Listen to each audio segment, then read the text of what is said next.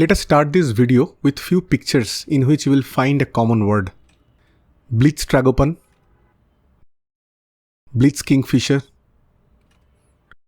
Blyth leaf warbler, Blyth paradise flycatcher, Blyth pipit, Blyth reed warbler, Blyth rosefinch, Blyth swift, Blyth frogmouth, Blyth hawk eagle, Blyth hornbill. The common word in all these 11 birds is Blyth. Let us see two more images where the species name is Blythi. Somali starling, Onychognathus blythi, and Malabar starling, Starnia blythi. And two where genus name is Blythipicus. Meron woodpecker, Blythipicus rubiginosus, and bay woodpecker, Blythipicus pirehotis. Again, you see the reference of the word Blyth. Have you wondered what is the significance of the word Blyth and why so many bird species are named with this word? You'll find similar occurrence of words like Humes, Jordans, Tickles, etc. These are all notable naturalists who made significant contribution to the field of science, and I have started this series to introduce them to the viewer. All the 15 birds I referred earlier are named after English zoologist Edward Blyth, who made tremendous contribution to the ornithology, and naming this species after him was a way to share a tribute to him. In this video, I tried my best to introduce him to the viewer so that they can understand and appreciate the impact he had made on science. Edward Blyth was considered one of the leading zoologists of his time. Some even called him father of the Indian ornithology, which I used as a heading for this video. His friend, renowned naturalist Alan Octavian Hume, called him the greatest of Indian naturalists. Hume felt Edward Blyth, Thomas Jardine, and Brian Hodgson together made more contribution to the knowledge of Indian birds compared to all ornithologists of that era. Ornithologist John Gould, who was a contemporary to him, referred Edward Blyth as the founder of the study of zoology in India.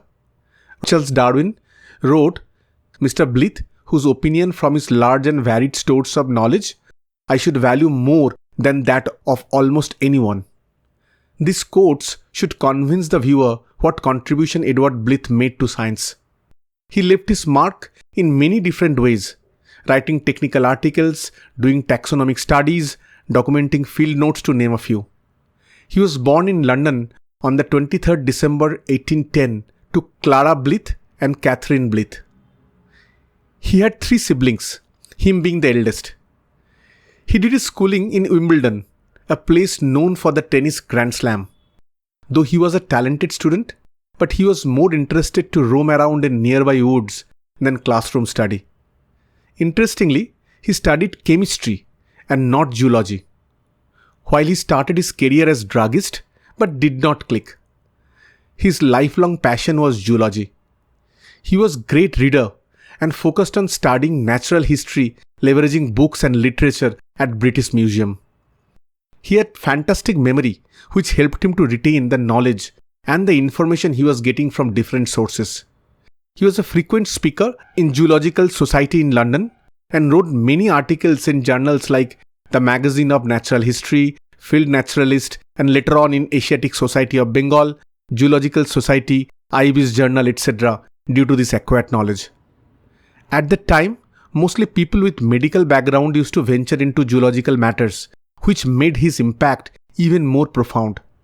Interestingly, one of the topics where he was drawn into was the mammals of Himalaya like yak, ibex, and other ships, which probably rooted his future endeavor in India.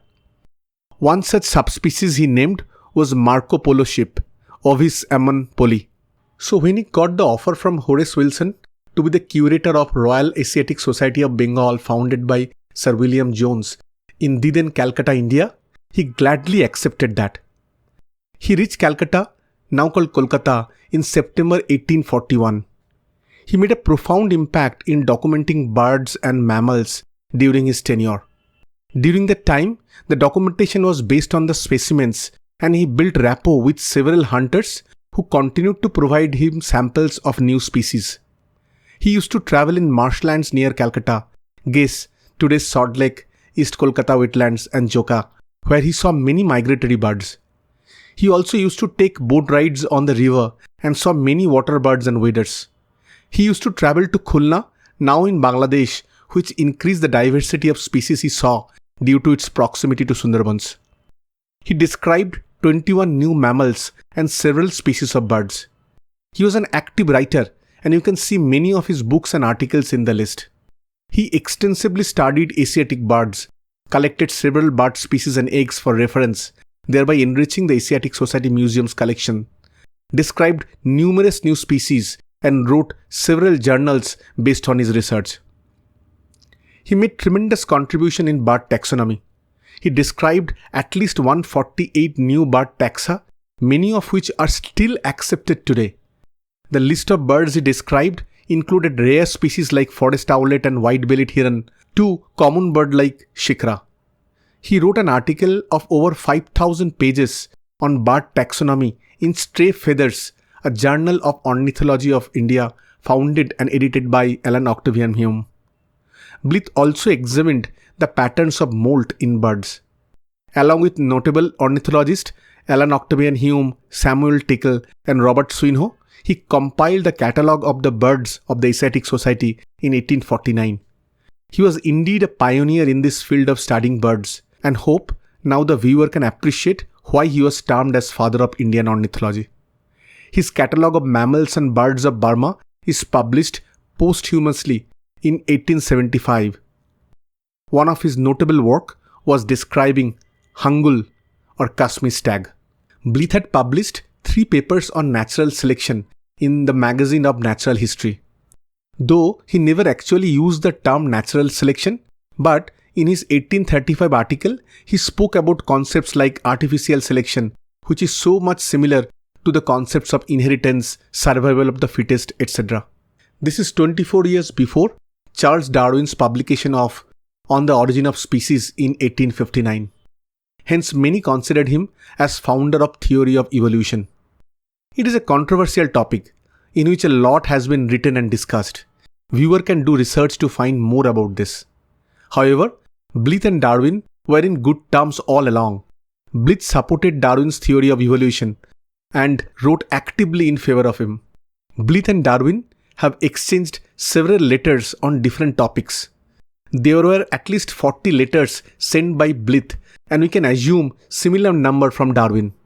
Blyth also sent several specimens from India to Darwin. Darwin helped Blyth after he returned to England and acknowledged Blyth in his works, particularly in Descent of Man.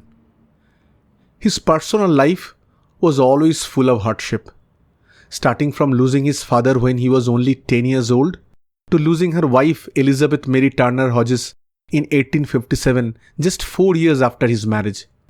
This broke his heart and led him to depression. He retired from Asiatic Society in 1962 due to health reasons and moved back to England, where he stayed with his sister. Throughout his life, he had to struggle from financial difficulties, which didn't get better as he didn't get a single hike in pay in his 2 decades of work for Asiatic Society.